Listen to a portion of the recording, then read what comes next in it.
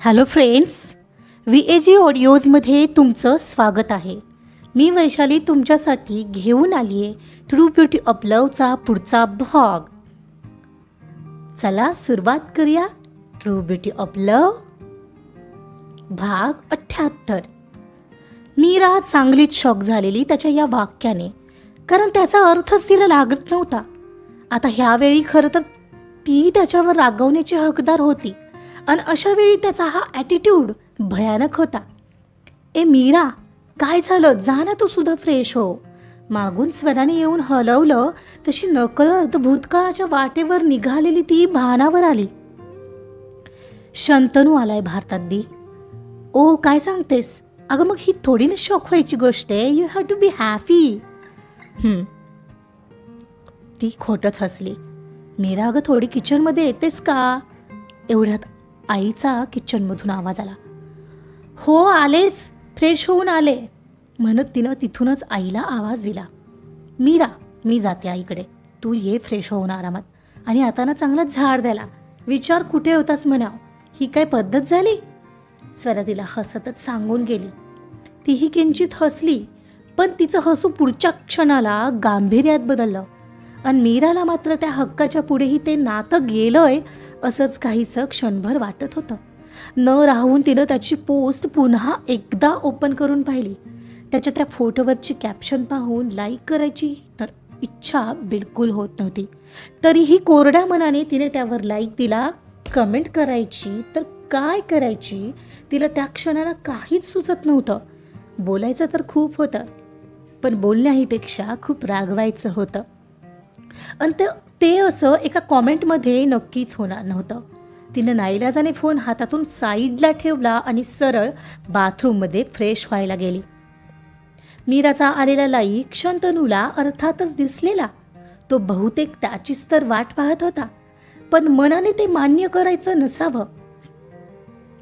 तिच्या एका लाईकने मनात समाधान तर नक्कीच वाटलेलं, पण पुन्हा त्यावर काहीच रिप्लायही नाही. हे पाहून ती खरंच बदलली असेल काय असंच त्याला क्षणभर वाटून गेलं.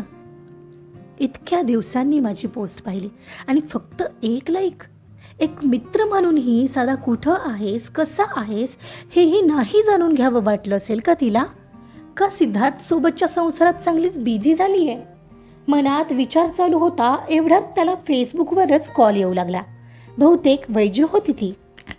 चला, मीरा नाही तर वैजूने तर कॉल केला आहे, कोणाला तरी काळजी म्हणायचं म्हणत त्याने आलेला कॉल उचलला. हे शंतनू, काय अरे, कुठे होतंस इतके दिवस? वेडच लागायचं बाकी होतं मीराला. मॅडीस का रे तू? असा कोण आपल्या फ्रेंडसोबतचा कॉन्टॅक्ट तोडतं? नाही, आमचा नाही पण मीराचा तर विचार करायचास. एक मिनिट वैजू, मी या विषयावर मला बोलायचं नाही आहे. मी त्याच्या खूप पुढं आलो आहे. तो बोलला. मनापासून नव्हतंच ते, पण बोलला. त्या विषयावर बोलायचं नाही म्हणजे काय? आणि खूप पुढं आलायस म्हणजे रे? काय म्हणायचं काय नक्की तुला? एनिवेज, इतक्या दिवसांनी भेटला आहेस, मला हे सगळं आता बोलायचं नाही आहे. भेटल्यावर तुला बघणारच आम्ही सगळेजण. बरं ते सोड. आम्ही गेट टुगेदर करायचं ठरवत आहोत आपल्या ग्रुपचं. आणि आता नेमकाच तू आलायस. कसलं भारी वाटतंय माहिती आहे. बाकी कसं आहेस?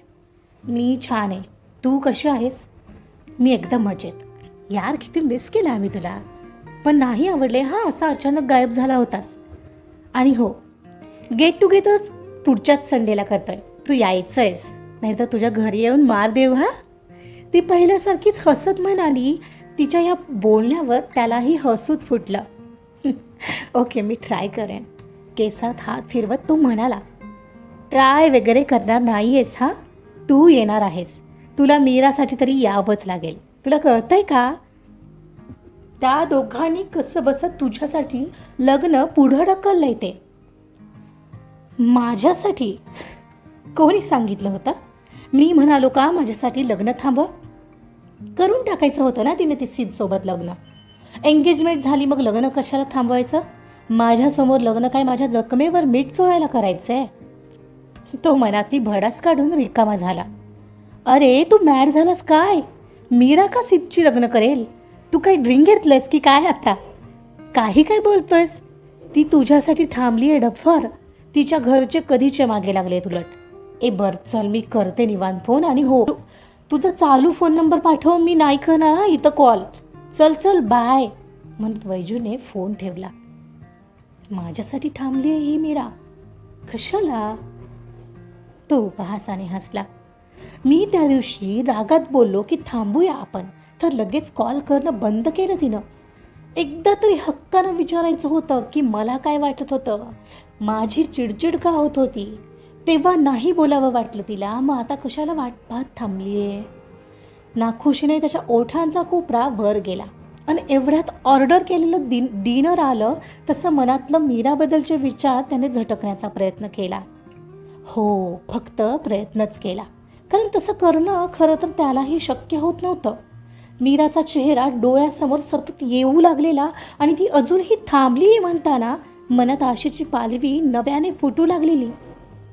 मनच असतं ते, जेव्हा एखाद्यावर स्वतःहीपेक्षा जास्त प्रेम करतं तेव्हा नकळत अपेक्षांचा घाट मनात तयार होतो आणि तो नाही पूर्ण झाला की मन हवं तसं धावू लागतं.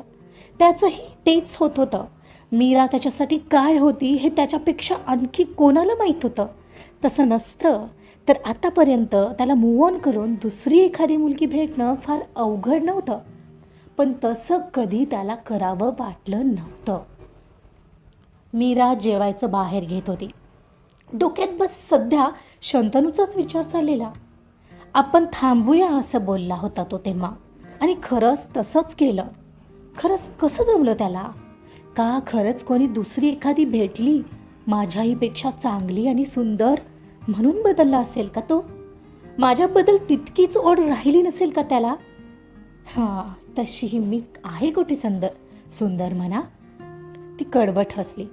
त्यानंतर पुन्हा कॉल नाही की मेसेज नाही केला त्याने. आणि मी मेसेज आणि कॉल करण्याचा प्रश्न नव्हता, कारण मला मुळातच राग आलेला त्याच्या अशा बोलण्याचा. आपण थांबूया म्हणजे काय? ठीक आहे, देशातलं अंतर आणि वेळेतलं अंतर वेगळं होतं. बोलण्यात पुन्हा खंड पडू लागलेला, पण म्हणून लगेच थांबूया असं कोण बोलतं यार? आणि आता भारतात येऊनही असं कॅप्शन लिहिलंय काय तर म्हणे, आय डोंट केअर. कोणाची केअर नाही, माझी.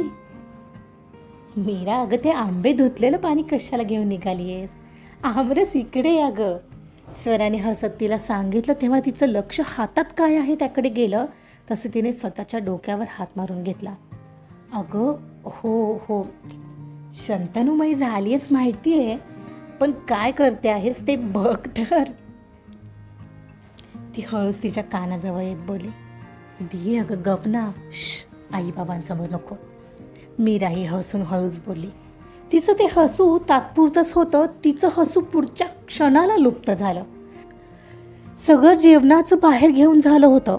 आईने मीराला पुन्हा जवळ बोलावलं. मीरा, जा ना तेवढं बाबांना जेवायला बोलावून आण. हो आलेच म्हणत मीरा ही लगेच त्यांच्या रूममध्ये निघाली. ती आत जाताच बाबांनी बळेच मोबाईलमध्ये लक्ष घातलं ते तिला लगेच कळलं. बाबा जेवायला चला ना, सगळं घेतलंय अहो बाहेर. मला भूक नाही, तुम्ही घ्या जेवून. ते तिरसटपणे आताही म्हणाले. तुम्ही नाही जेवलात तर आई जेवेल का? आणि आई नाही जेवली तर आम्ही कशाला जेवू? तसंही तुम्ही लहानपणी हेच सांगायचं ना की जेवणावर राग काढू नये. ती त्यांच्या थोडी बाजूला जाऊन बसली. मीरा, मला का बोलायला लावते आहेस? तुम्ही करताय ना तुम्हाला हवी ती मनमानी, मग करा. मी कशाला हवाय? आम्हाला तुम्ही नकोय असं एकदा तरी बोलले का मी? बाबा, मी फक्त स्वराची एक बाजू समजावली. तिला तरी दुसरं कोण आहे आता? आणि तिची बाजू समजावताना आईची ही बाजू समजावली गेली. बस इतकंच. यात तुम्ही आम्हाला नकोय असं कुठे बोलले मी? ती अगदी शांतपणे त्यांच्या हातावर हात ठेवून म्हणाली. मीरा, आपली मुलं आपलं ऐकत नाही तेव्हा काय वाटतं ना, हे तुम्हा मुलींना ते मला नाही समजणार. मला माहिती आहे तेवढी मोठी मी नाही आहे ना. फक्त एवढंच सांगा, 4 लोक काय बोलतील याचा विचार करत आहात ते जास्त महत्त्वाचं आहे का त्याहीपेक्षा आमच्या दोघींचं आपल्या घराचं सुख जास्त महत्त्वाचं आहे? दोन्हीतलं काय हवंय हे कळालं ना तर तुम्हाला काय करायचंय हे समजून जाईल. शब्दात पकडायला शिकली आहेस ना तू मीरा. अगदी मला सुद्धा बोलून देत नाहीस. आणि हो, मला माझ्या मुलींचं सुखच हवंय. कोणत्याही बापाला तेच हवं असतं. मग झालं ना, ती आहेच की सुखी बाबा. नाही नाही मीरा, ते काही नाही. तिला असंच नाही राहता येणार. तिला लग्न करावं लागेल. तिची इच्छा केली ना तिने पूर्ण, मग आता आमच्याही इच्छेने होऊन जाऊ दे. असं होणार असेल तरच मी माफ करेन तिला. एवढंच ना बाबा. मग मी बोलते ना तिच्याशी. थोडा वेळ देऊ हवं तर तिला. ठीक आहे, तू हो पुढे, ताट करायला घे, मी आलोच. हो बाबा, या पटकन. परत मीरा खुश होऊन बाहेर आली. काय झालं मीरा? स्वरा आणि आई तिला बाहेर येताच विचारू लागल्या. काही नाही आई, तू घे वाढायला, बाबा येत आहेत. बरं झालं, देवच पावला ग, आई म्हणाली आणि खुश होऊन ताटं करू लागली. आणि दी, आता फक्त तू थोडं कोऑपरेट कर, ठीक आहे ना? म्हणजे ग, बोलू यावर नंतर. वाढायला घेतो, चल, भूक लागली. लवकर वाढ ग आई, मीरा म्हणाली. ताटे वाढून होताच मीराही जेवायला बसली. बाबाही एवढ्यात जेवायला आले. ते बोलत काहीच नव्हते, पण शांतपणे ताटावर येऊन बसले आणि जेवू लागले. चला, या स्वरादीचं मिटलं, बस आता हा शंतनू. त्याचा विचार मनात आला तसं एक वेगळीच भीती तिच्या मनाला स्पर्शून गेली. त्याचं काय बिनसलंय मला समजेना झालंय. माझं चुकलंच, पण त्याचंही चुकलंच आहे. पुन्हा शंतनूबाबत बाबांनाही समजवावं लागेल. होप हे सगळं ठीक होईल. बाबा शंतनूसाठीही तयार होतील. मीराच्या मनात भीती अजूनही तशीच होती. तरीही मनात एक आशेचा दिवा अजूनही तेवत होता. कथेचा पार्ट इथंच संपलेला आहे. बघूया आता शंतनू मीराला मनवतोय की मीरा शंतनूला. दोघांच्यात सॉल्व होईल का हेही पाहायला मजा येईल. तर ऐकत रहा ट्रू ब्युटी ऑफ लव्ह. कथा आवडत असल्यास लाईक करा, सबस्क्राईब करा आणि शेअर सुद्धा करा. थँक्यू.